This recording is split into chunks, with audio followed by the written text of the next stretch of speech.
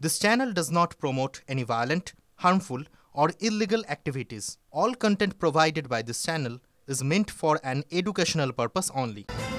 দেখুন বিগত কয়েকদিন ধরে আমরা ধারাবাহিকভাবে দেখিয়েছি যে সুখদেবপুর হতে পারে কিংবা বৈষ্ণবনগর একাধিক জায়গায় বিএসএফ এর আধিকারিকরা যখন ভারতীয় ভূখণ্ডে কাঁটাতার দিচ্ছিল তখন তাদেরকে বাধা দেওয়ার চেষ্টা করে বিজিবি বর্ডার গার্ড বাংলাদেশ।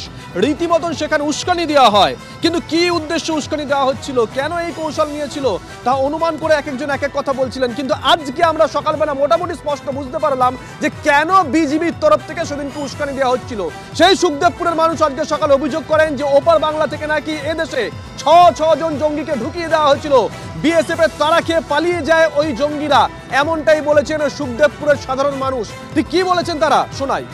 আমি বলছি যে আজকে জঙ্গি 6 জন আমাদের সকালবেলা পার হয়েছে, বাংলাদেশ থেকে ইন্ডিয়া এসছে 6 জন আজকে তাজা খবর 4টার দিকে। কিন্তু আমরা তাড়া করেছিলাম বিএসএফ এর সঙ্গে একসঙ্গে, তো ধরতে পারেনি। তো এইভাবে জঙ্গিরা যাচ্ছে, ওই জন্য আমরা তার ভাড়া করতে চাই। মানে জঙ্গি কি ঢুকিয়ে দিচ্ছে? হ্যাঁ ঢুকিয়ে দিচ্ছে। কে? বিজেপি?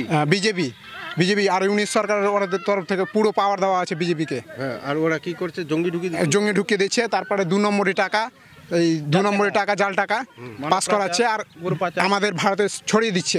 ওরা এখানে এসে ঢুকে যাচ্ছে, লুটপাট করছে, সেই জন্য আমরা ভয়ে কুচিন স্কুল যেতে পারছি না। ভয় মানে কি লুটপাট করে? গরু যাই, গাছ কেটে নিয়ে চলে যাই। গরু তুলে নিয়ে চলে যাচ্ছে? হ্যাঁ, গাছ কেটে নিয়ে চলে যাই।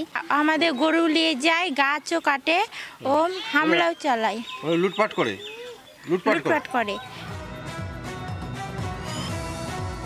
সিজার আমাদের সঙ্গে রয়েছেন, আমাদের সহকর্মী সিজার। তাহলে কি প্রশ্ন উঠবে না যে এই কারণেই যখন বিএসএফ আমাদের ভূখণ্ডে কাঁটাতার দিচ্ছিল তখন কি তাহলে এই কারণেই বিজিবি বাধা দিয়েছিল এই কদিন? দেখো, অনেকাংশে সেটাই কিন্তু মনে করছেন গোয়েন্দা কর্তারা এবং বিএসএফেরও শীর্ষ কর্তারা। তার কারণ হচ্ছে এই যে সীমান্ত, সুখদেবপুর সীমান্তের উল্টো দিকে বাংলাদেশের চাঁপাইনবাবগঞ্জ জেলার শিবগঞ্জ এলাকা। এই শিবগঞ্জ এলাকা গত 1 দশক ধরে কুখ্যাত মূলত জাল নোট পাচারের ক্ষেত্রে, এবং একাধিক অনুপ্রবেশের ঘটনা এই চাঁপাইনবাবগঞ্জ থেকে ঘটেছে, এবং সেটা কিন্তু মৌলবাদী এবং জঙ্গি অনুপ্রবেশের ঘটনা এর আগেও ঘটেছে। এবং সেই জায়গা থেকে এই সীমান্ত উন্মুক্ত যাতে থাকে এবং অরক্ষিত থাকে, তাতে কিন্তু বর্তমান পরিস্থিতিতে বাংলাদেশে বিজিবির বা বাংলা ইউনিট সরকারের যে পদ্ধতি বা নীতি, সেখানটা কিন্তু অনেক বেশি সুবিধে করে দিত।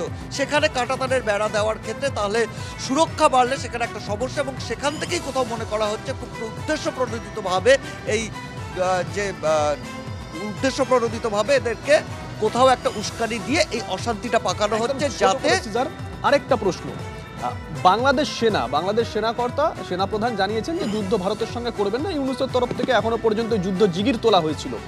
যুদ্ধ করলে বহির্বিশ্ব আরো নিন্দা হতে পারে, যুদ্ধ করলে ভারত যদি সরাসরি অংশগ্রহণ করে ধুলোয় মিশিয়ে বাংলাদেশের নিয়ে কোনো ডাউট নেই। তাহলে কি সেক্ষেত্রে সরাসরি যুদ্ধ না করে এই ধরনের জঙ্গিদের ঢুকিয়ে দিয়ে একটা অস্থিরতা তৈরি করাই বাংলাদেশের এই মুহূর্তে? দেখো, এটা খুব ভারতীয় উপমহাদেশে এটা খুব প্রচলিত একটা পদ্ধতি, সরাসরি যুদ্ধে না গিয়ে একটা ছায়া যুদ্ধ করা, যে যুদ্ধ কোনোভাবে বহির্বিশ্বের দৃষ্টি আকর্ষণ করবে না, কিন্তু কন্টিনিউয়াস একটা পদ্ধতিতে সীমান্তটাকে কোথাও একটা অশান্তি পাকিয়ে রাখা এবং নিজেদের উদ্দেশ্য সাধন করা। এবং সেই পদ্ধতির দিকেই যে বর্তমানে বাংলাদেশ কোথাও এগোচ্ছে তার একাধিক উদাহরণ কিন্তু উঠে আসছে ভারত বাংলার একাধিক সীমান্তে।